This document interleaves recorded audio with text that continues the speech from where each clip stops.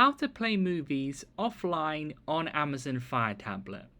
First of all, you will need to find the movie you want to watch. So click on the Amazon Prime Video icon on the home page to bring you to the Prime Video section of your Amazon Fire Tablet.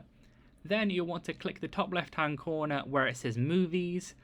Then you want to find whichever movie you want to watch. So you can also type it in the search bars, however which way you get the movie you want to do, by clicking the bottom right hand corner to click find and typing it in, or just scrolling through the movies that you want to watch on the movies page here.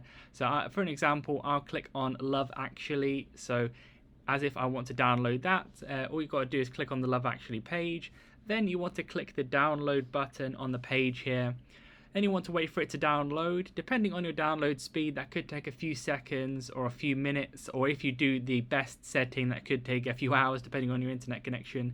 So once that's downloaded, you want to click complete.